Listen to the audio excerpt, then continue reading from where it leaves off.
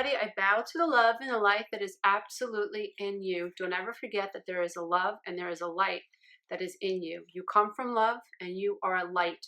It doesn't matter if you haven't experienced authentic love in your adult life. That is not your fault. You were supposed to, and you were entitled to it.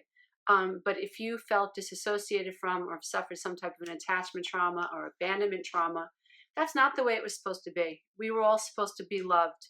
And the love that in the light that is within us was supposed to be nurtured by the people that we were born to, by those outside of us. And that would have been a healthy mirroring. And then as we grew up, we would have these mirror neurons turned on to the actual self. And then it would have been normal to protect the self and normal to take care of the self and normal to love the self. But not many of us had that type of an experience. So now as adults, we have to teach ourselves, which is fine because we are magnificent human beings with a prefrontal lobe. And we actually have the ability to teach ourselves how to love the self, which is cool. It's a process. Like I'm doing a YouTube video and I woke up with a huge zit on the top of my lip, but I'm doing the video anyway because I know that I'm enough.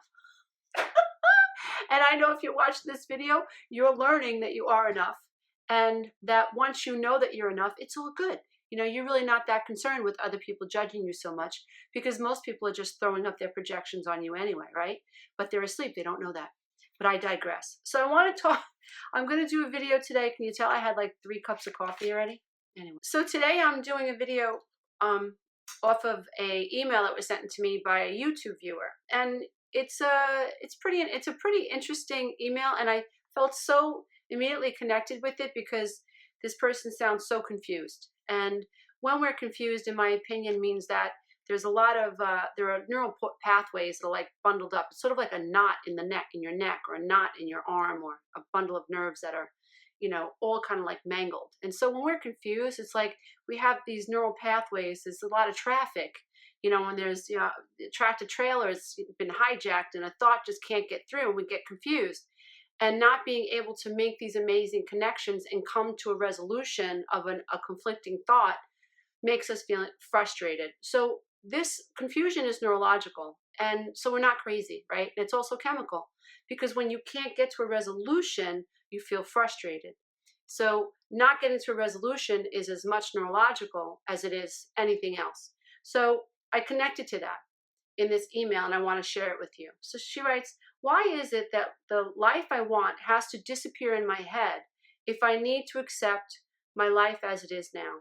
Right now, it feels like I have to accept my life now, accept that I'm broken now, broken but not bad, and that's the only way things are going to change. But doing that makes it feel like they're going to stay the same. Why? How can I have belief or trust that things will work out if I have to accept that this is my life and try not to change it and just accept it today for what it is?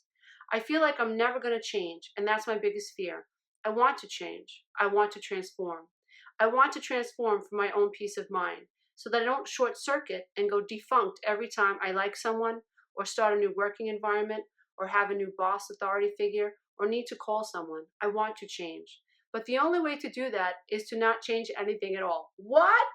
So during this healing chapter, I can't enforce my will upon anything because it will just be overridden by something bigger than me, something I can't see, but is there guiding me. My patience is running thin.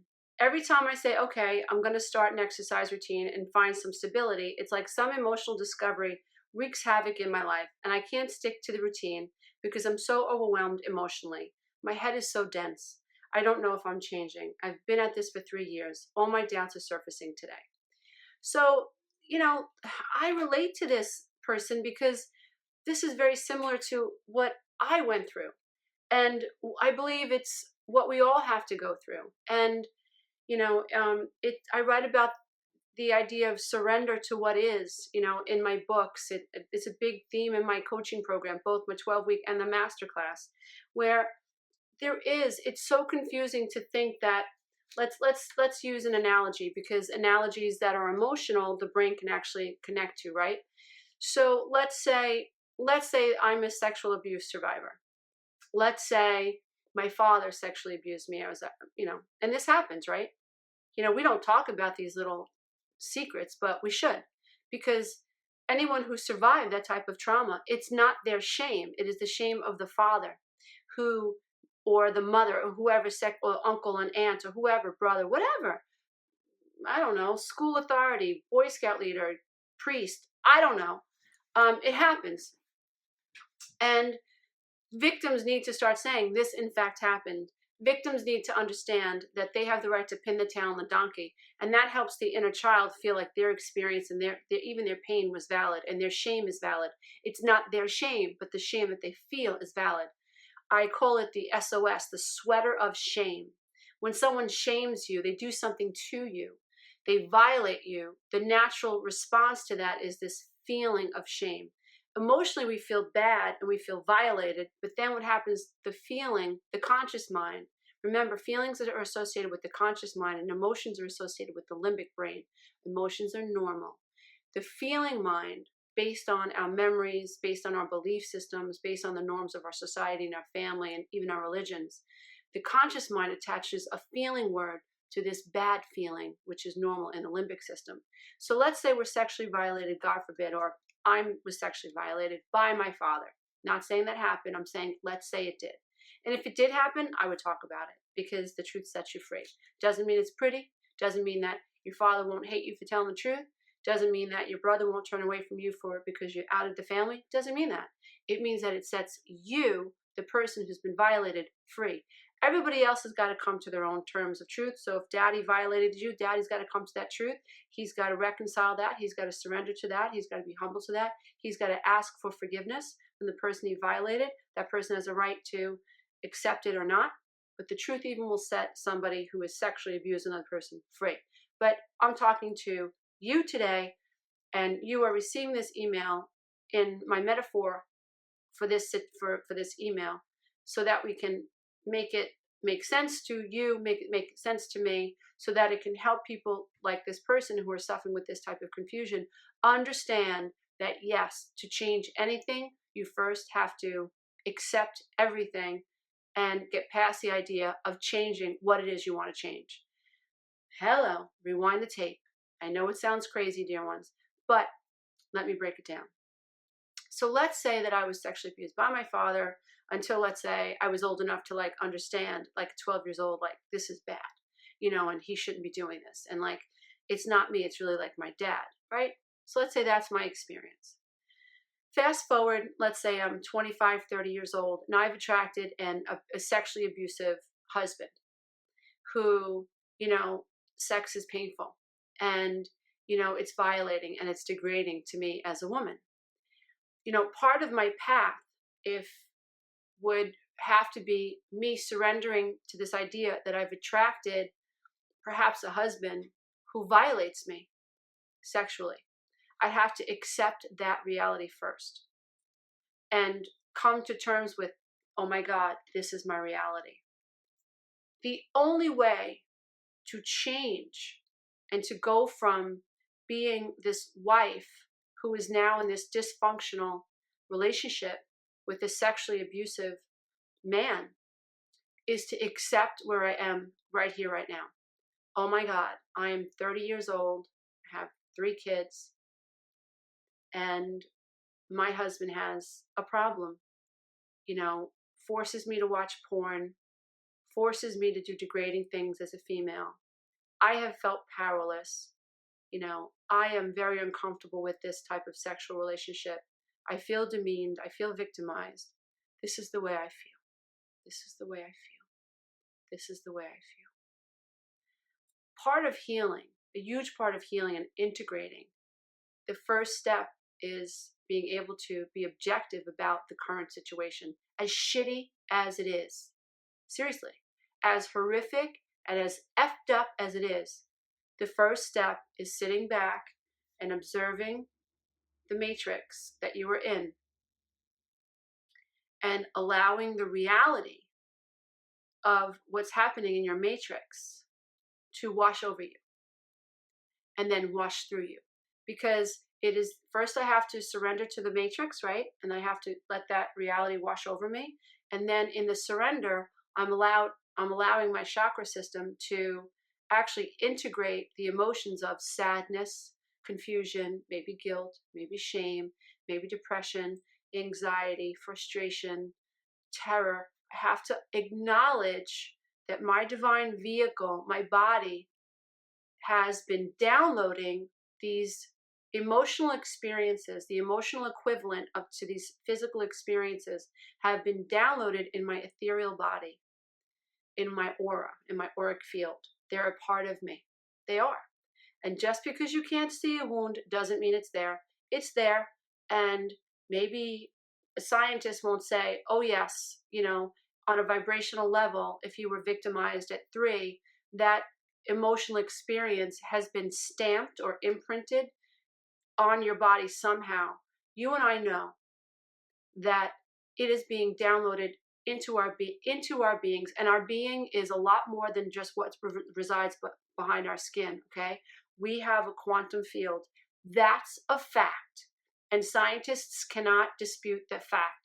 You have a field. Some of us call it an auric field. I call it a quantum field of energy that moves outside of our bodies, pushes out from our heart space about 8 to 10 feet. And you can do that research yourself. Greg Braden explains this beautifully. And there are centers, I think it's Heart Mind Center, don't quote me on that, but there are scientists that will actually say that yes, we have this quantum field. Some people call it an aura, call it whatever the hell you want, but you know the deal. You are an energetic being, and these wounds are being downloaded into our etheric or our quantum body or our aura. Okay, that's a fact. Now, surrender means I have to accept that I married somebody who is sexually abusive. I have to accept that this has been painful. I have to accept that I didn't stop it. I have to accept I didn't have the tools to stop it. I have to accept that I had such low self-esteem. I had such low value of the self. I have to accept that being an abused adult child from a dysfunctional home, I didn't even know what normal was. I thought I got married and my husband wants this type of sex and I don't have a right to say no. That's what I thought. So it's not my fault that I ended up in this situation. I have to accept how crappy my current situation is. Dear one. So I hear what you're saying. Like, I'm so confused right now. My mind is so dense. And what I'm being told is, in order for me to move forward, I have to accept where I am. I have to accept this crappy, knotted ball of confusion in my head. Yes. Yes. The way I like to look at it is, I think of neural pathways as, imagine you have this very dainty S chain, this gold chain. I wish I had one right here in the office. I could show you what I'm talking about. But imagine you have this beautiful chain and it has all these knots in it. Okay. And it's funny because my husband owns this pawn shop / jewelry store. So we sell high-end jewelry, secondhand items. And from time to time when he needs help, I'll go in and I'll work with him. And he'll get this because he buys gold. So every once in a while he'll get gold. And these cute little old ladies come in with all their old gold. And so many times, like, they're knotted, the jewelry's all knotted up. And I'll see him kind of like, get frustrated. He's trying to undo this knot. I say to him, babe, give it to me. Give it to me. And he hands me this piece of jewelry. And I just look at it and I accept it. I just accept that knot is there. And it's not the piece of jewelry's fault that there's a knot in it. So I surrender to, wow, there's a knot in this piece of jewelry. And then what I do is I take it back to the jeweler's bench and I just very calmly say, it's okay. No big deal. We're going to patiently work this knot out. And I just very gently, very loosely begin to loosen the jewelry. And before you know it, my husband looks at me and goes, you figured that out already? I go, yeah. I said, you have to surrender to the fact that there's a knot in this jewelry. You come at the jewelry being pissed off or aggravated or frustrated that there's a knot in the jewelry. You can't fix a knot in a piece of jewelry if you're frustrated, because all you do is add more energy to that being frustrated. And what ends up happening is you're tugging, you're pulling, you're in resistance to this knot. And when you're in resistance to this knot, you make the knot worse, you make the knot tighter. So this is the way it is when we're trying to move through life. We have to come into complete alignment with what is first. Before you can change anything, you have to surrender to what is. And that's probably the most difficult part of the journey, because on a cognitive level, on a cognitive level, we don't want to accept what is. So if my husband's physically abusive and I know I shouldn't stay and I'm scared to be by myself, I'm in resistance to accepting that reality because, oh my God, once I face that reality, I might have to leave. I might have to leave. I don't know how to leave. I don't know how to keep going. I don't know how to do anything else but this. The mind freaks out when it doesn't know what the next step is, right? So the mind is more comfortable in situations and dynamics that are dysfunctional if the mind can identify a pattern. That's why we stay stuck. It's not that I've heard, and I'm kind of annoyed. I recently watched a video, I will not name names because I actually love the person that is actually heading up these videos, but the people that he has on discussing what happens in the human mind and suggesting that we enjoy pain. No, we don't. We don't enjoy pain at all. It is not a matter of enjoying pain. It is a matter of the brain not knowing what else is next. It is the idea that the brain is comfortable and is trying to maintain a sense of control over our environments. And the brain is not a natural adventurer unless you've been born to really healthy people. The brain wants to stay inside the maze if it's a maze that it can figure out. The brain is comfortable. Even if the maze is uncomfortable and it's full of thorn bushes, if the brain knows, okay, I know how to get around that corner, and I know how to get around that corner, and just around that corner, there's a little bit of relief. So if I say yes to this sexual experience, then he'll fall asleep, and then I can go into the bathroom and cry, or I can go into my daughter's room and fall asleep, and I'll have a few hours to sleep before he wakes up. The brain is just trying to navigate this difficult terrain, but it will not naturally seek relief in escape because escape represents fear. So we really have to understand how our brains work. So dear one, yes, I understand. And you're absolutely right. And it sounds counterproductive. In order for you to get to the next level of your ascension, of your healing process, of your integration process, and just healing process, you have to accept everything the way it is.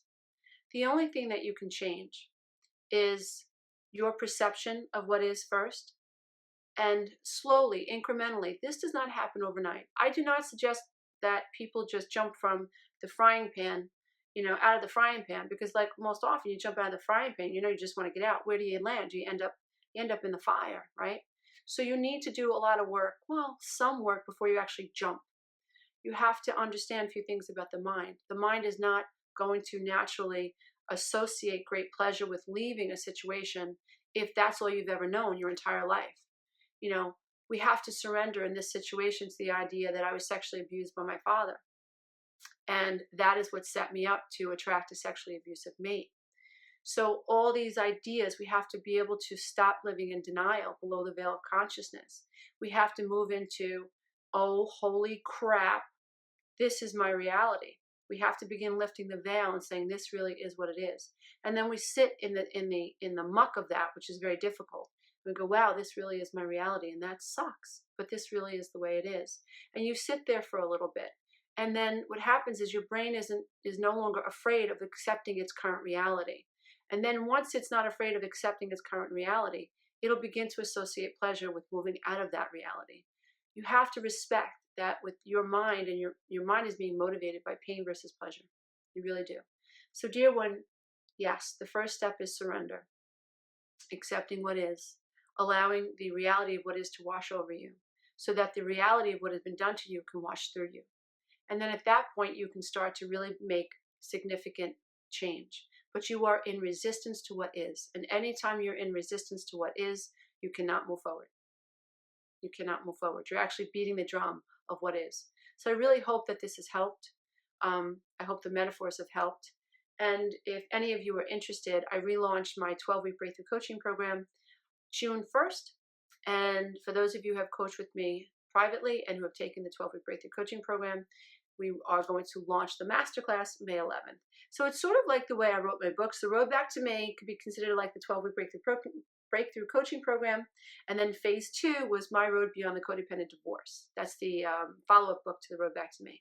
So my programs are working the same way. I had to create a breakthrough coaching program to clear a lot of these ideas away and out for you guys so that you can actually now take the masterclass and fly to higher realities, attract bigger and better things, continue to ascend and continue to evolve. It is my pleasure and my honor to be your guide here on YouTube.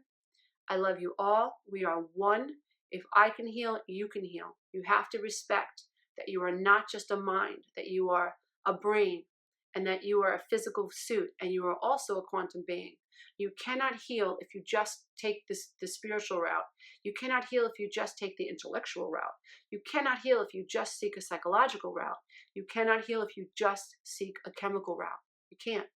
You have to integrate, dear ones, and use all of these ideas and embrace who you are as a complete human being if you are to heal completely. And it is my honor to assist you on the journey back to the divine self. Namaste. Please check out my work at www.lisaaromano.com. And as always, I bow to the absolute beautiful divine love and light that is within you, dear one. Bye for now.